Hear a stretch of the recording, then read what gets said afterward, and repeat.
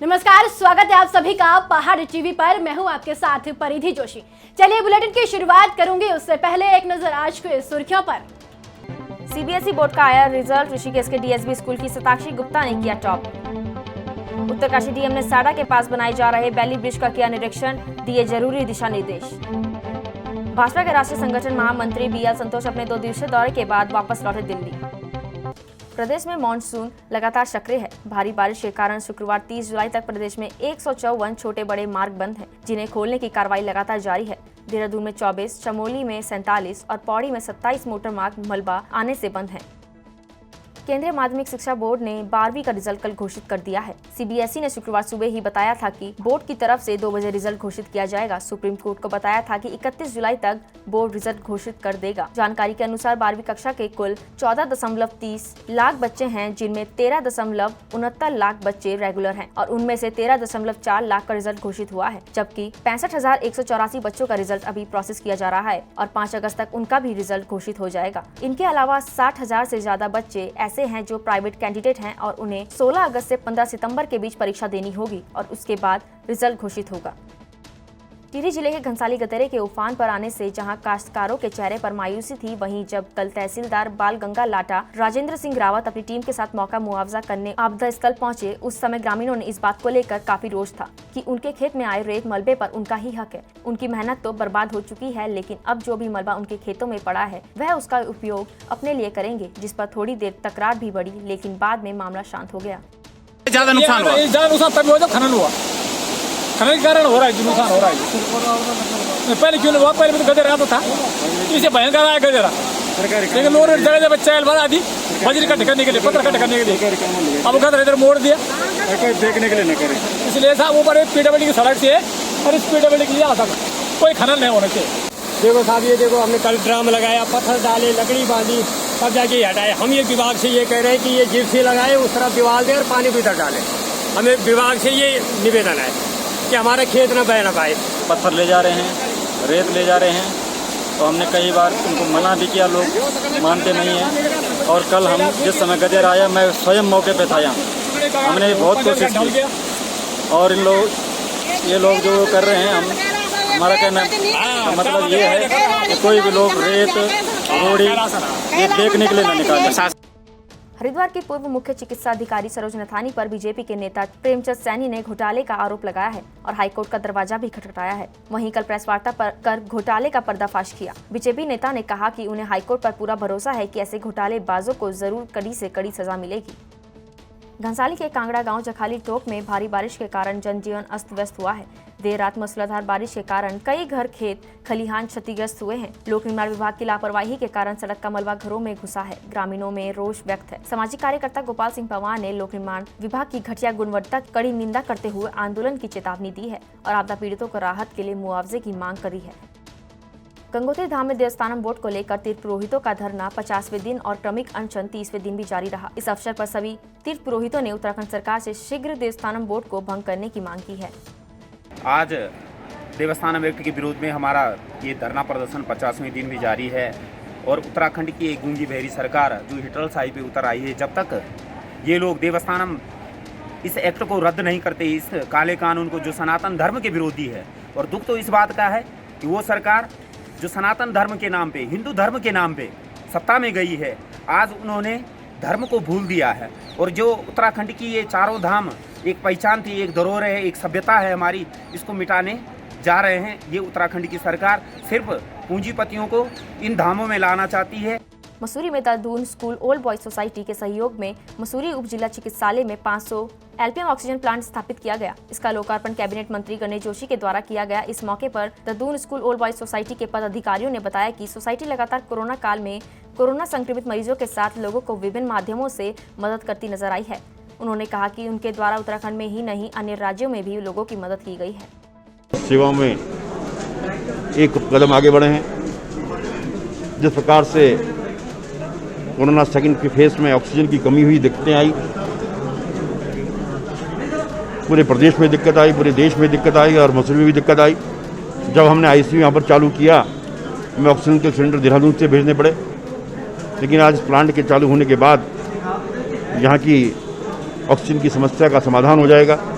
बल्कि हमारे पास इतनी पर्याप्त ऑक्सीजन की हम और जगह भी दे सकते हैं, लेकिन मैंने CMS से कहा कि आप यहीं की चिंता कीजिएगा, छत्तीसगढ़ और जगह भेजना हमारी जिम्मेदारी है। इसके लिए मैं मसूरी की जनता का आभार व्यक्त करता हूँ। सरोवर नगरी नैनीताल में कल आशा कार्यकर्तियों का हुजूम उमड़ पड़ा। सरकार के खिलाफ जमकर नारेबाजी कर धरना प्रदर्शन किया गया। यहां बता दें कि आशा कार्यकर्तियों ने कल सुबह से ही तलीताल गांधी मूर्ति के पास एकत्रित हुए, जहां उन्होंने सरकार के खिलाफ जमकर नारेबाजी कर अपनी मांगों को मनवाने के लिए प्रशासन द्वारा सरकार पर दबाव डाला गया। सितारगंज के खटीमा रोड पर बगोड़ा गांव में बटेसर की चक्की के पास रोड के किनारे झाड़ियों में अज्ञात शव मिलने से क्षेत्र में दहशत का माहौल है। शव किसका है, कहां से आया है, अभी तक इसकी कोई जानकारी और शिनाख्त नहीं हो पाई है। घटनास्थल के पास ही जानवर चरा रहे कुछ बच्चों ने पानी में पड़ा एक शव देखा, जिसकी सूचना उन्होंने पास में ही स्थित दुकान स्वामी को दी। दुकान स्वामी ने घटना की जानकारी भाजपा नेता और ब्लॉक प्रमुख पलविंदर सिंह को, जिस पर ब्लॉक प्रमुख ने तुरंत पुलिस को सूचना दी। पुलिस ने मौके पर पहुंचकर स्थिति का जायजा लिया और शव को पानी से बाहर निकालकर जानकारी और शिनाख्त में जुट गई। कोरबा विधानसभा की लाइफलाइन लालदंग चिल्लर खाल मोटर मार्ग का मुद्दा उत्तराखंड बनने के बाद राजनीतिक पार्टियों की घोषणा में मुख्य बिंदु में होता है, लेकिन कोटद्वार का दुर्भाग्य है ये लालदंग चिल्लर खाल मोटर मार्ग का मुद्दा केवल राजनेताओं के लिए हार जीत का मुद्दा बन चुका है। लेकिन 21 साल बीत जाने के बावजूद भी अभी तक उक्त मार्ग के हालात जस का तस बना हुआ है। रोटेट करते हुए उसी पर अपनी बात कर रहे हो। आपको तो सिर्फ ये जिद थी कि सुरेंद्र सिंह नेगी का नाम नहीं होना चाहिए इस मोटर मार्ग पर, लेकिन पैसा तो वही है ना, सुरेंद्र सिंह नेगी ने जो स्वीकृत किया था, या जो स्टेट वाइड लाइफ बोर्ड ने जो 2013-14 में स्वीकृत किया था, जो रोड मैप बनाया था, जो शर्तें रखी थी, वो तो वही है ना। आप तो उसमें क्या बदलाव आपने किया।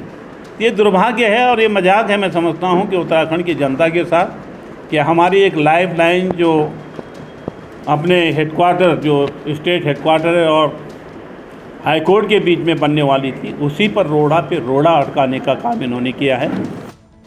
विकासखंड मुंसियारी में कुछ समय पूर्व भालू के हमले से घायल गोकुल सिंह पुत्र खड़क सिंह को 7 माह बीत जाने के बाद भी प्रभावित परिवार को मुआवजा नहीं मिलने से गुस्साए NSUI पिथौरागढ़ के जिला उपाध्यक्ष विक्रम दानू ने शीघ्र ही 1 सप्ताह के भीतर मुआवजा देने की मांग को लेकर उप जिलाधिकारी मुंसियारी के माध्यम से जिलाधिकारी पिथौरागढ़ को ज्ञापन भेजा। वहीं 1 सप्ताह के भीतर पीड़ित परिवार को मुआवजा नहीं देने पर 9 अगस्त को तहसील मुख्यालय मुंसियारी में धरना प्रदर्शन की चेतावनी भी दी है।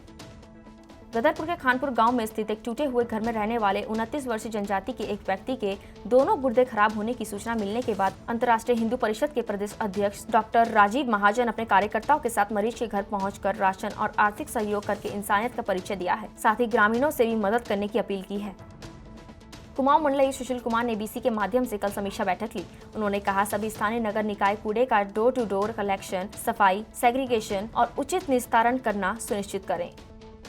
प्रदेश के मुख्य द्वारा माताओं के लिए चलाई गई महालक्ष्मी योजना का जिला उधम सिंह नगर के जसपुर में भी हुआ शुभारंभ। कल जसपुर के पढ़ने वाटिका में बाल विकास परियोजना की तरफ से एक कार्यक्रम किया गया, जिसमें जसपुर विधायक आदेश चौहान ने प्रदेश में लागू हुई महालक्ष्मी योजना की उद्घाटन किया गया। वहीं योजना की शुरुआत में 32 माताओं को महालक्ष्मी की वितरण की गई। इस कार्यक्रम में सभी आंगनबाड़ी कार्यकर्तियों ने भी बढ़ चढ़कर हिस्सा लिया। नशा मुक्त उत्तरकाशी अभियान के तहत कल डूंडा पुलिस द्वारा चेकिंग के दौरान तहसील तिराहे के पास से गणेश लाल पुत्र चतकलाल निवासी कुंसी पट्टी बरसाली तहसील डूंडा उत्तरकाशी को 10 लीटर अवैध कच्ची शराब के साथ गिरफ्तार किया गया। गिरफ्तारी और बरामदगी के आधार पर उक्त अभियुक्त के विरुद्ध चौकी डूंडा पर आबकारी अधिनियम के तहत अभियोग पंजीकृत किया गया है। जिलाधिकारी श्री मयूर दीक्षित ने शुक्रवार को उत्तरकाशी लमगांव घनसाली तिलवाड़ा मोटर मार्ग पर साड़ा के पास बनाए जा रहे बैली ब्रिज का स्थलीय निरीक्षण कर जायजा लिया। कार्यदायी संस्था लोक निर्माण विभाग को तेजी के साथ बैली ब्रिज का कार्य पूर्ण करने के निर्देश दिए, ताकि क्षेत्रीय लोगों को आवागमन में सहूलियत मिल सके। चंपावत जिले में पुलिस ने पार्टी में 1 किलो 800 ग्राम चरस सहित एक आरोपी युवक को हिरासत में लिया है। पुलिस की ओर से चरस तस्करी में लिप्त मोटरसाइकिल वाहन को भी सीज कर दिया गया है। आरोपी के खिलाफ पार्टी थाने में NDPS अधिनियम की धारा के तहत मामला पंजीकृत किया गया है। आरोपी ने पूछताछ में बताया कि उसने चरस स्वयं ही अपने घर में तैयार किया है और वह ये चरस को हल्द्वानी, रुद्रपुर, बरेली आदि क्षेत्र में ऊंचे दामों में बेचने के लिए जा रहा था। वर्तमान समय में श्रीमान पुलिस अधीक्षक महोदय चंपावत द्वारा मादक पदार्थों की रोकथाम हेतु अभियान चलाया गया है। उक्त के ही क्रम में कल दिनांक 29/7/2021 को मुखबिर द्वारा हमें सूचना दी कि एक व्यक्ति मोटरसाइकिल से लोहाघाट बंतुली की तरफ से इधर देवझा की तरफ को चरस लेकर जाने वाला है। इस सूचना पर तत्काल आवश्यक कार्रवाई करते हुए मुझे SO द्वारा मई टीम के रीगल बैंड पार्टी जाकर वाहनों और समीरों की चेकिंग की गई, जिसमें अभियुक्त किरण अर्जुन सन ऑफ जगदीश लाल, ये ग्राम छेड़ा बंतोली थाना लोहागा जनपद चंपावत का रहने वाला है, जो अपनी मोटरसाइकिल से इधर देवधर की तरफ जा रहा था। तो इसको हमने 1 किलो 800 ग्राम नाजायज़ चरस के साथ पकड़ा है और इसके खिलाफ NDPS एक्ट के से संबंधित मुकदमा पंजीकृत किया गया है। इसकी लगभग 1,80,000 के आसपास इसका अंतर्राष्ट्रीय कीमत होगी। एसडीएम पुरमुला सोहन सैनी और डूंडाकाश जोशी द्वारा अपने अपने क्षेत्रांगत कार्यालयों का औचक निरीक्षण किया गया। उपस्थिति पंजिका का अवलोकन किया गया, जिसमें एक SDO पंचायत अनुपस्थित पाया गया। संबंधित क्रमिक का स्पष्टीकरण लेने के लिए निर्देश दिए गए। कल अखिल भारतीय विद्यार्थी परिषद मुंसियारी इकाई के कार्यकर्ताओं ने अखिल भारतीय विद्यार्थी परिषद के प्रदेश कार्यकारिणी सदस्य गणेश सिंह नेगी के नेतृत्व में उप जिलाधिकारी मुंसियारी के माध्यम से उच्च शिक्षा मंत्री धन सिंह रावत और कुलपति को ज्ञापन भेजा। वहीं ABVP के गणेश नेगी ने बताया कि 5 वर्ष से मुंसियारी में महाविद्यालय भवन का नवनिर्माण का कार्य चल रहा है, जो अभी तक पूरा नहीं हुआ है, और महाविद्यालय मुंसियारी में एक स्थायी प्राचार्य की मांग की और जल्द मांग पूरी न होने पर उग्र आंदोलन की चेतावनी दी है। उत्तराखंड की बड़ी खबरों में फिलहाल इतना ही। बाकी अपडेट के लिए हमारे साथ बने रहिए और देखते रहिए पहाड़ टीवी। नमस्कार।